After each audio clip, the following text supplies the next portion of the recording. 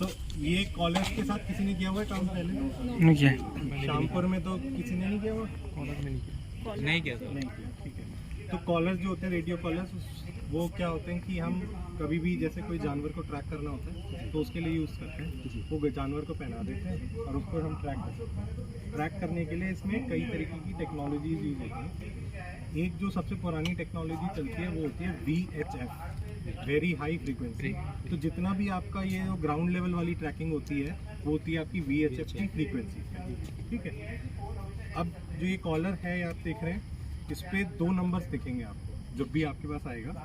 एक तो ये है, ये कहलाया जाता है कॉलर ID। तो ये इस कॉलर का एक यूनिक नंबर है जिससे आप इस कॉलर की पहचान कर सकते हैं। दूसरा आपको मिलेगा इसकी VHF की फ्रीक्वेंसी जिससे आप ट्रैक कर पाएंगे, वो आपको अंदर की तरफ मिलेगी। जैसे आप देख पा रहे हैं फ्रीक्वेंसी आपको इसमें डालना है, इसी में डालते हैं वो। ठीक है। अब ये जो कॉलर्स हैं इसमें एक तो हो गया हमारा VHF, इसकी जगह एक होता है GPS मॉड्यूल।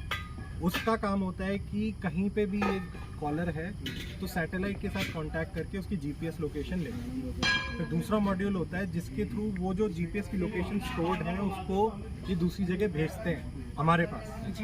तो हमारे पास 2 तरीके से आ सकते हैं। एक है सैटेलाइट के थ्रू कि हमारा भाई कंप्यूटर का ऐप है या फिर मोबाइल ऐप है उसमें आ रहा है, तो वो तो होता है इरिडियम और या फिर सैटेलाइट कॉलर। जो इरिडियम आप सुनेंगे शब्द, ये इरिडियम नामक एक कंपनी है जिसका एक सैटेलाइट है। तो जो भी कम्युनिकेशन होती है इस कॉलर से, तो पहले ये सिग्नल भेजेगा इरिडियम के सैटेलाइट पे और वो सैटेलाइट से आएगा हमारे पास। अब वो किसी भी माध्यम से आ सकता है कि हमारे कंप्यूटर पे आ रहा है या फिर हमारे फ़ोन पे आ रहा है। दूसरा जो है वो तरीका होता है इसमें GSM वाला। तो या तो इसमें किसी में सैटेलाइट का रहेगा ऑप्शन, किसी का आएगा GSM का, और कॉस्ट भी उसकी वजह से थोड़ी सी डिफरेंट रहती है। GSM वाला सस्ता होता है और जो दूसरा वाला होता है इरिडियम वाला वो महंगा होता है। तो जो GSM वाला होता है वो जो हमारा मोबाइल टावर होता है उसमें एक सिम होता है किसी भी कंपनी का, उसके थ्रू वो सिग्नल हमको जो लोकेशन है वो उसके थ्रू भेजता है। अब ये जब कॉलर्स हम लगा देते हैं तो आप जैसे देख रहे हैं इसमें एक होता है जिसमें हमारे सैटेलाइट वगैरह वाली चीज़ें हैं वो ऊपर रहता है, एक नीचे रहता है। तो इसके जो ये पट्टा है ये लेदर का रहता है और अंदर एक लोहे का तार रहता है जो एंटीना का काम करता है VHF के लिए। तो जो VHF की फ्रीक्वेंसी के लिए वो अंदर तार इसी लेदर के अंदर होता है। तो अब जो इसकी बैटरी होती है वो हर कॉलर की अलग अलग रहती है और जो वेट रहता है वो हर जानवर के हिसाब से अलग अलग रहता है। तो ये जो कॉलर है, ये जो आप देख रहे हैं, ये एक लेपर्ड का कॉलर है। ठीक है। तो ये जो लेपर्ड का कॉलर है इसकी जो बैटरी है वो जो आप देख पा रहे हैं छोटी सी है, जिसके अंदर लिथियम आयन बैटरी है जो हमारे फ़ोन्स पे आने लगी है, वही होती है। और इनका एक लिमिटेशन होता है कि ये अपने पूरे कार्यकाल में X नंबर ऑफ जो हमारी लोकेशन है वो भेज सकते हैं। 1000, 2000, 3000 वो डिपेंड करता है। अब हमारे ऊपर होता है कि हम इस कॉलर से कितने ड्यूरेशन पे ले रहे हैं। हम 10 मिनट पे भी ले सकते हैं लोकेशन, हम 1 दिन में भी ले सकते हैं, 6 घंटे में भी ले सकते हैं। वो हम सैटेलाइट के थ्रू चेंज कर सकते रहते हैं। तो अब जैसा ये देख रहे हैं ऐसे ही एलिफेंट का भी होता है और उसका काफ़ी बड़ा होता है। टाइगर का इससे थोड़ा सा बड़ा रहेगा। तो वो जो आकार है, ये जितने भी कॉलर्स बनते हैं कस्टमाइज बनते हैं। आप बोलेंगे कि हमको लेपर्ड के लिए चाहिए तो आप एक्सपर्ट से पूछेंगे कि कितना गला रहेगा, उसके हिसाब से ही आपका ये जो सरकमफ्रेंस है ये बनता है। जो इसका गोलाकार है वो उसकी लेंथ जानवर के हिसाब से होगी और बैटरी का साइज़ भी और वो सारी चीज़ें। ठीक है। अब जैसे आपने इसको डिप्लॉय कर दिया, ठीक है, तो आपके पास लोकेशंस आती रहेंगी। तो जब भी आपको इसको फील्ड में जाके ट्रैक करना है तो आप देखेंगे कि आपके पास लास्ट सैटेलाइट की लोकेशन कहाँ से आई है। उससे पता चलेगा कि लास्ट लोकेशन उसकी ये है।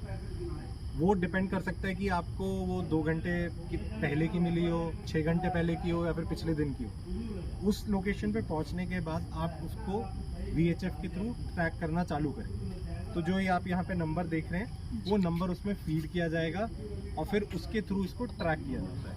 ठीक है। अब आगे का ये आपको आवाज आ रही है, ये है जब भी आपको एनिमल ट्रैक करना है ये आपको दिशा देगा कि एनिमल यहाँ पे है। जब तक आपका रेंज नहीं है तब तक वो ये आवाज आएगी नहीं। ठीक है। इसमें यहाँ पे ये है, इसको आपको कनेक्ट करना है अपने इससे ट्रांसमीटर से। ठीक है। इसको आप जब पावर ऑन करेंगे अभी देखिए कोई आवाज आ नहीं रही है, ठीक है। अब इसका भी रीजन मैं बताता हूँ कि ये जो मैग्नेट्स हैं ये इसलिए मैग्नेट्स लगा को हटाने हैं, ये ठीक है? मैग्नेट्स का काम होता है कि इसकी जो बैटरी का सर्किट है वो बंद कर देते हैं, बैटरी की लाइफ बढ़ा देते हैं। तो जब हमको यूज करना होता है उससे पहले हम ये मैग्नेट निकालते हैं और इसको कहीं पे ओपन एरिया में रख देते हैं और फिर हम देखते हैं कि जो हमने सेट कर रखा है कि 1 घंटे बाद या फिर 2 घंटे में आ रही है, हमारे पास 4-5 कंटिन्यूसली लोकेशन आ रही है। इसका मतलब ये अब कैलिब्रेट हो गया है, उसके बाद ही हम डिप्लॉय करते हैं। तो आप जस्ट अलमारी में से निकाल के नहीं रख सकते। दूसरी चीज़, जब इसको स्टोर कर रहे हैं तो लोहे की अलमारी में नहीं स्टोर कर सकते, क्योंकि उससे क्या होता है मैग्नेट हट जाती है और ये चालू हो जाएगा और पड़े पड़े बैटरी ले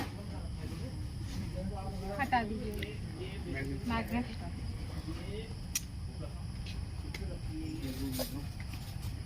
नहीं, अभी तो आप सबको दिखा दीजिए, हाथ में पकड़ के देखिए। देखिए ये 148 फ्रीक्वेंसी इसमें सेट है, जो कॉलर का नंबर जो है इसमें सेट है, ठीक है। तो जैसे ही उन्होंने विमर्श ने बोला कि आपको लास्ट लोकेशन पे जाना है, जब आप लास्ट लोकेशन पे जाएंगे तब आपको एंटेना को ऊपर करके देखना है आपको ये साउंड आ रहा है कि नहीं।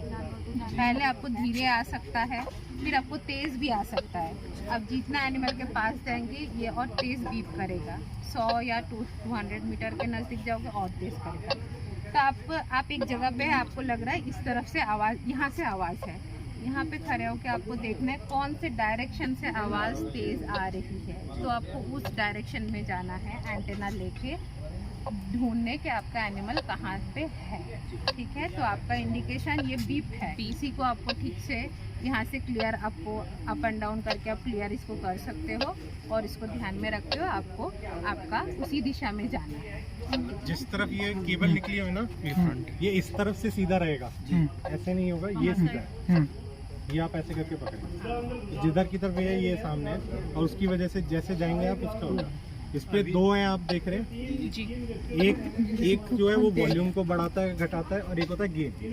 तो जो गेन है वो बेसिकली सिग्नल स्ट्रेंथ का चेक करता है। तो जितना कम गेन होगा उतना, अगर कम गेन पे बीप आ रही है मतलब बहुत पास है। जितना दूर है आपको उतना गेन बढ़ाना पड़ेगा। गेन से क्या होता है, जो सिग्नल की स्ट्रेंथ है वो ज़्यादा क्रैच करता है, ठीक है। जैसे हम जीपीएस लेके फील्ड जाते हैं, खाली जगह पे जाते हैं ताकि 3-4 डंडा आ जाए, उसके बाद हम स्टार्ट करेंगे, वैसा ही है ये।